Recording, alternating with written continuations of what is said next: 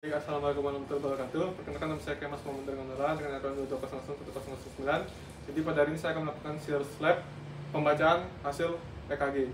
Untuk alat dan bahan yang kita perlukan di sini ada hasil dari kertas EKG pasien, ada pensil, pengaris dan juga tabel interpretasi dari EKG pasien. Di sini kita akan melakukan pembacaan dari hasil EKG. Yang pertama itu kita pastikan terlebih dahulu dari identitas pasien. Kita cek dari namanya, jenis kelamin, tanggal dan waktu, dan juga tanggal dan waktu pemeriksaan. Lalu selanjutnya di sini juga saya akan menilai penempatan dari lead EKG. Kita lihat dari gelombang P, kompleks QRS, dan juga gelombang T defleksi dominan negatif pada sadapan 1. Lalu gelombang P, kompleks QRS, dan gelombang T yang dominan refleksi positif pada sadapan AVR. Lalu normal air wave progression. Lalu selanjutnya kita kalibrasi amplitude standar itu di 1 mV atau 10 mm. Di sini kita kalibrasikan amplitudenya. Lalu kalibrasi kecepatan kertasnya di 25 mm per second. Di sini untuk kalibrasi kecepatan kertasnya di 25 mm per second, dan juga kalibrasi dan selanjutnya kita akan nilai regularitas dengan memperhatikan gelombang R. Jarak antara gelombang R dan atau RR atau jarak PP harus sama untuk EKG yang normal.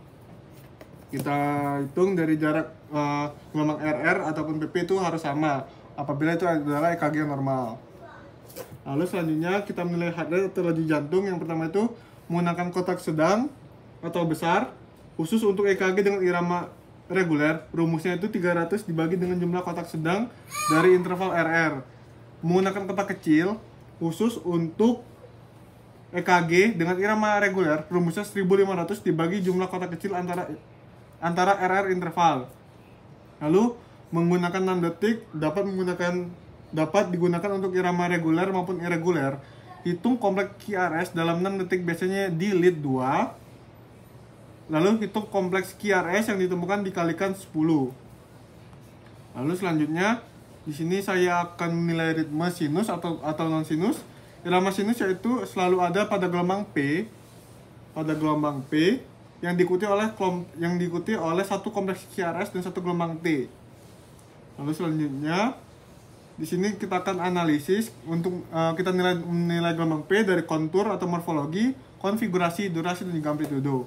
Analisis apakah ada kelainan dari gelombang P. Lihat pula bentuknya, apakah ada P mitral atau P pulmonal. Biasanya defleksi ke atas positif. Dan pada lead 1 AVL dan juga V3 dan juga V6. Tinggi tidak lebih dari 3 kotak kecil atau 0,3 mm, dan lebar tidak lebih dari 3 kotak kecil atau 0,12. Positif kecuali di AVR gelombang simetris. Lalu di sini saya akan menilai PR interval. PR interval normal adalah 0,12 sampai 0,2 detik.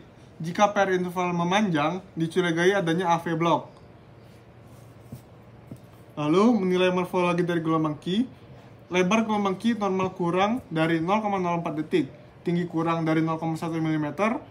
Keadaan patologis dapat dilihat dari panjang Q itu lebih dari 1/3R. Setidaknya didapatkan dari 2 lead yang berdekatan secara anatomis. Adanya QS pattern dengan gelombang R tidak ada. Adanya Q patologis yang menunjukkan adanya old myocardial infarction. Lalu menilai morfologi dari gelombang S, apakah progresif atau regresif. Lalu menilai amplitudo QRS kompleks. Harusnya setidaknya ada satu lead ekstremitas dengan amplitudo R lebih dari 5 mm dan setidaknya satu lead prekordial dengan amplitudo R lebih dari 10 mm. Jika tidak terdapat hal tersebut, maka dimasukkan ke dalam low voltage. Lalu menilai R/S ratio pada V1 dan V2 dan menilai SV1 atau V2 ditambah dengan RV5 dan juga V6. Itu kurang dari 35 mm. menilai durasi QRS kompleks dan morfologi, itu normalnya itu kurang dari 0,12 S. Lalu menilai aksis dari QRS kompleks, pada pencatatan EKG, kita akan mengetahui posisi jantung terhadap rongga dada. Untuk menghitung aksis jantung bisa menggunakan resultant vektor kompleks QRS di lead 1 dan juga di lead AVF, karena kedua lead tersebut memiliki posisi yang saling tegak lurus. Lalu menilai morfologi dari segmen ST. Segmen ST adalah pengukuran waktu dari akhir kompleks QRS sampai awal gelombang T. Ini menunjukkan waktu di mana kedua ventrikel dalam keadaan aktif atau excited state. Sebelum dimulai repolarisasi, titik yang menunjukkan di mana kompleks QRS berakhir dari segmen ST dimulai. Biasanya disebut dengan J-joint. ST segmen harus datar dan isoelektrik, baseline dari per interval. Segmen ST yang tidak isoelektrik atau tidak sejajar dengan segmen PR atau garis dasar naik turun sampai 2 mm pada lead prekordial dan dianggap tidak normal. Bila segmen ST naik disebut ST elevasi dan bila turun disebut ST depresi. Keduanya merupakan tanda penyakit jantung koroner. Panjang ST normal antara 0,05 sampai 0,15 detik. Lalu saya di sini akan melihat atau menilai dari morfologi dari T-wave atau gelombang T. Gelombang T ialah suatu defleksi panjang yang dihasilkan oleh proses repolarisasi ventrikel jantung. Panjang gelombang T biasanya 0,10 sampai 0,25 detik. Pada EKG yang normal, maka gelombang T adalah sebagai berikut. Positif atau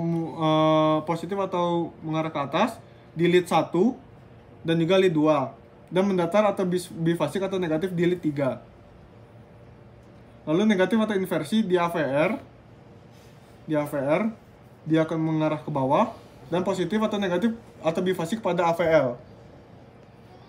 Lalu negatif atau inversi di V1 dia akan mengarah ke bawah, dan juga positif di V2 sampai ke V6. Lalu selanjutnya saya akan menilai morfologi dari gelombang U. Gelombang U biasanya mengikuti gelombang T, mungkin dihasilkan oleh proses repolarisasi lambda ventrikel. Gelombang U adalah defleksi yang positif dan kecil setelah gelombang T. Lalu di sini saya akan mengukur dari interval Q dan T. Interval Q dan T diukur mulai dari permukaan gelombang Q sampai pada akhir gelombang T, menggambarkan lamanya proses listrik saat systolic ventricle, durasi dari electrical systole atau depolarisasi ventricle dan repolarisasinya. Interval QT ini berubah-ubah tergantung frekuensi jantung, jadi harus dikoreksi sesuai dengan frekuensi jantungnya. Untuk mengoreksi ini menggunakan nomogram yang memberikan QTC untuk frekuensi jantung 60 kali per menit.